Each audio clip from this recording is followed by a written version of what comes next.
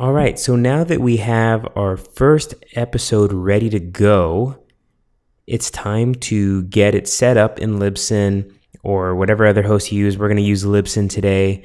That's what I recommend. That's one of the most popular hosting platforms. So like I said, you have to make your first episode and publish it first on your host before you can submit to iTunes or Stitcher. So once you set up your account with Libsyn, you're going to have to do a couple of things before you can submit your show. So the first thing, and this account's already set up, but what you're going to have to do and what you're going to see when you sign up and get started is your show settings. So your required information here, your show title. So for this one is Total Human Optimization. And then you're going to choose your slug. Now, what's your show slug and why is it important? Now, this is not something you can change. Once you decide what this is going to be, this is it. So make sure you choose something that's good for your show and that you're going to be happy with for the long term. What this does is when Libsyn makes your RSS feed and your streaming page that you can or cannot use, it's up to you. It doesn't really matter. This is what your show is going to be identified by. So make sure you're happy with it. Make sure it matches your show in the name. That's a good practice to do. And then here you're going to put your show description. So when you go to iTunes and somebody clicks on your show, this is the description they're going to see. So be thorough about what your show is about, and don't make it too long. Keep it relatively short, but make sure that people know exactly what your show's about. And if you're a celebrity host or you want to get your name out there, make sure to include your name there as well. Website address, obviously, if you have a website and it's kind of required, you're going to want to put that there. Tags and keywords. This is stuff that's going to help you get your podcast known. So if people search for certain terms, these tags, if somebody search for Joe Rogan, they're going to find this podcast. They search for MMA, kettlebell, fitness, whatever, they're going to find this podcast because this podcast revolves around that type of information. And then public contact email. Make sure you're comfortable with that email being out into the world because it will be shown to everybody. And you're going to stay with this Libsyn Classic feed, default show feed. Sorry. This stuff, don't worry about it right now. That's fine. One of the other things you're going to have to do is you're going to have to make sure that you upload artwork for your show. So on iTunes, on Stitcher, when people listen to them on the show or listen to them in the program on their computer, it's going to show a image that represents your show. So this is very important. If you need to hire a designer to do it, I recommend you do it. I recommend Fiverr, Fiverr.com. You can get something done relatively cheap that's going to be okay for you. There's certain requirements that you need to do. You can see that in the book. But here you can also see, it needs to be at least 14 by 1400 pixels. That way it displays well in the phone, in iPads, and whatever else, laptop computers. Everything else is in the display good. It's not going to be blurry. This is like the cover of your book. So make sure it's good. Make sure it says the name of the show. If you have a host, sometimes it's good theory to put the picture of the host on there along with the show name. But don't go too crazy. Make it easy to read. That's what's going to attract people to your podcast. So after you do that information, the next thing you're going to need to do is upload your first show. So when you do that, if you're in Libsyn like I recommend, you're going to go to content and you're going to add a new episode. Okay. And then you're going to add a media file. And right here, this is where you're going to upload the file that you exported after editing. So once it's all said and done, you got a happy file you're happy with that you want to go ahead and upload. You're going to use this add media file button, upload it here. And you're going to see once you get going, when I mentioned all these settings and bit rates and all this stuff to keep your file size low, you're going to see where this comes into play, because if your files are too big in size, it's going to eat up your storage as your host, and you're going to have to spend a lot more money for no reason really, because you don't need the quality to be, CD quality for this stuff, as it's going to be streamed most of the time, and it's not going to be streamed at that quality anyway. So might as well keep that file size low. So you're going to add that media file that you're happy with. And then here, when you're adding a new episode, the title, this is where you add your title for each episode of your podcast. Now, I recommend for the first part of the podcast, you always use a number. So if this is your first podcast, which is probably it's going to be, you want to put number 1 and then a subject title about the podcast in general, the episode that you did, like what was it about? If it was about, say we're doing a fitness podcast and it was about how to optimize your running speed or something, then, and this is my first podcast, I would put number 1, optimizing running speed. And then you're going to continue on. As you add more episodes, you're going to do number 1, number 2, number 3, number 4. That's just common practice. Everybody does it. It's a way for people to know which episodes they've listened to. And, once you start getting to the high numbers, it's a lot of credibility. Once you get past 50, once you get past 100, 200, 300, you got a lot of credibility, and that's something you can use with sponsors that you have over 200 episodes and, whatever it may be. Subtitle, don't worry about it. You can skip that part. Description, this is where you're going to put the episode description. So whatever you talk about in that particular episode, this is where you put it.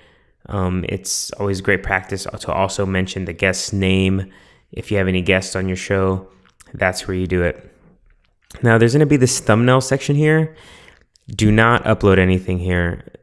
You want your show title, your main show image that we talked about earlier, you want that to show up on every single episode. If you add something here, it's going to change the image for that episode. So I do not recommend doing that. Keep this blank. Save your file space. Leave that completely on its own. The rest of the stuff, don't worry about. The category here, this is where you'll need to select which category you want to be in. When you set up your show, it's going to ask you for a category, and that's where you should pick what category in iTunes you want to be in. So if you're health and fitness, if you're self-help, if you're business, marketing, whatever it may be, just choose the same thing here. Don't bounce around categories per episode. Just always stay with whatever you signed up with in the initial setup for Libsyn. It's just good practice. Tags and keywords, not necessarily necessary, because iTunes no longer recognizes episodes by tags and keywords.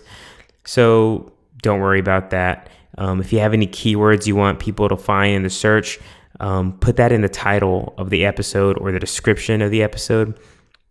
They'll find it that way. Using the tags and keywords here will do nothing for you. You don't have to worry about changing anything else. iTunes style rating, if you have a lot of bad words and explicit content, you want to put explicit. You don't have to put clean. I don't like to put clean if it's not explicit. I just put not set. But that's up to you. And then this is where you can choose that now to publish the podcast. So now this is up to you right here. If you want to publish it right away, obviously you don't have to do anything, and you can just press publish.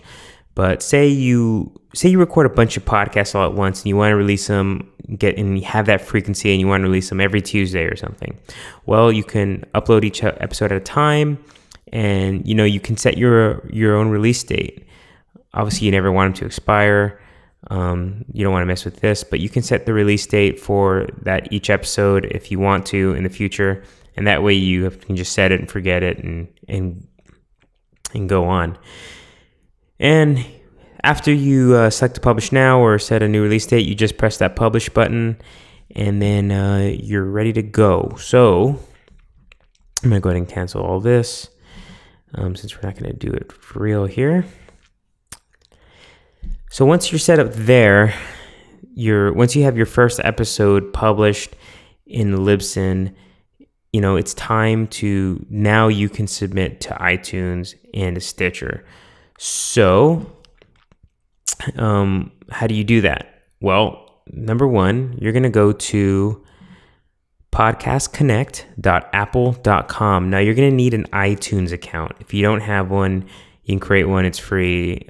And you can do that on Mac or PC. But you're going to need that iTunes account. And that's where all your podcasts are going to be connected to. If you need to go delete them later on in the future, then that's how you'll do that. So you'll go to podcastconnect.apple.com, or if you want to just make it easy on yourself, you can go to podcastingpro.com/iTunes, and it'll tell you where to go. Nice and easy. And this is where you submit your podcast to iTunes. So if you have no podcast, what's going to happen is you're going to get asked for an RSS feed. Now, the RSS feed is what your podcast is identified by. So it kind of just, that's what keeps it automatically updating to iTunes. Every time you publish a new podcast on Libsyn or whatever host you are, and you have it, your RSS feed for that particular show connected to iTunes Connect, then it'll always be updated. And it'll take a little time sometimes, but it'll always be updated, and it'll bring in your cover for your show. It'll bring in each episode, the titles, descriptions. It'll read all that from the RSS feed. So where do you find your RSS feed? Well, we'll go back to Libsyn here. And after you've submitted your first episode, published it, and it's ready to go. So to find your RSS feed, you're going to go back to Libsyn. And then you're going to go to the Destinations tab. And once you press the Destinations tabs, it'll bring you back here. And you'll see this right here, the Libsyn Classic feed. Now, as you can see, it's just whatever your slug you made earlier with that you can never change, .libsyn.com/RSS. So what you'll do is you'll just copy this RSS link right here under the Libsyn Classic feed, under the Destinations tab. And then you're going to paste it there. And then you're going to submit it. You can press the validate if you want to make sure it's working, but then you just submit it. Now, it can take anywhere from 7 to 14 days for iTunes to accept it. I've seen it happen within one day. It just really depends. But you'll know, as long as you follow those procedures that I mentioned, and as long as you have your first episode ready to go in there, you should be fine, and you'll be ready to go. And you'll get an email later on to the email associated with your iTunes account, whether or not you're validated and ready to go. So once you do that, you're all set, and then your podcast will be live on iTunes to the world. So after you submit to iTunes, you might want to submit to Stitcher as well. That's the other most popular listening platform for podcasts. That's what everybody with Android is going to be listening on most of the time. So you'll just go to Stitcher.com. And it's not as easy as iTunes. It's a little bit more strict in how they do things over there. You'll just scroll all the way down to the bottom, go to partner sign up, and then you're going to have to, fill out some questions here. So provider name, as it says right here, this is going to appear in your Stitcher show name, and that's what's going to help people find your show. So just like we did in Libsyn, where you create that slug where you want to be known by, try to keep something within the same. So the same aspect. So make sure it's something you're comfortable with, attaching to your show forever, because you can't change it. So make sure you think about that when you create your provider name, and then just whatever email you want to use here, create your own password, confirm it. And then you're going to agree to these terms and conditions, and then continue on. And then what's going to happen is that a Stitcher rep is going to vet you and hopefully approve you to become a partner with Stitcher. And then you'll give them an RSS link, the same one that we put on iTunes, this Libsyn Classic feed if you're using Libsyn. But, if you're in another host, if you just find anything that has RSS and your name in there, it's probably the one. Then Stitcher will look at that and hopefully approve you, and then you'll be there too. So once you're set up, it's that easy. Like I said in the beginning, one of the most important things here is that you want to make sure that you're following that final edit process that I mentioned. That's going to give you that lower file size, because I've seen it 1,000 times. People upload files way too large, and they're eating up all their storage. And if you use Libsyn, the storage kind of regenerates every single month. So if you can stay under that every single month, then you're going to be fine. You don't want to have to be adding more storage every single month. So just follow that. Follow this, and in 7 to 14 days, you'll hopefully be on iTunes and Stitcher, and you're ready to go. And then when you're ready to add new episodes, you'll just go into your host, if it's Libsyn, add a new episode, do the exact same thing. iTunes and Stitcher will be automatically updated. You don't have to do a thing at all. It all reads through the RSS feed.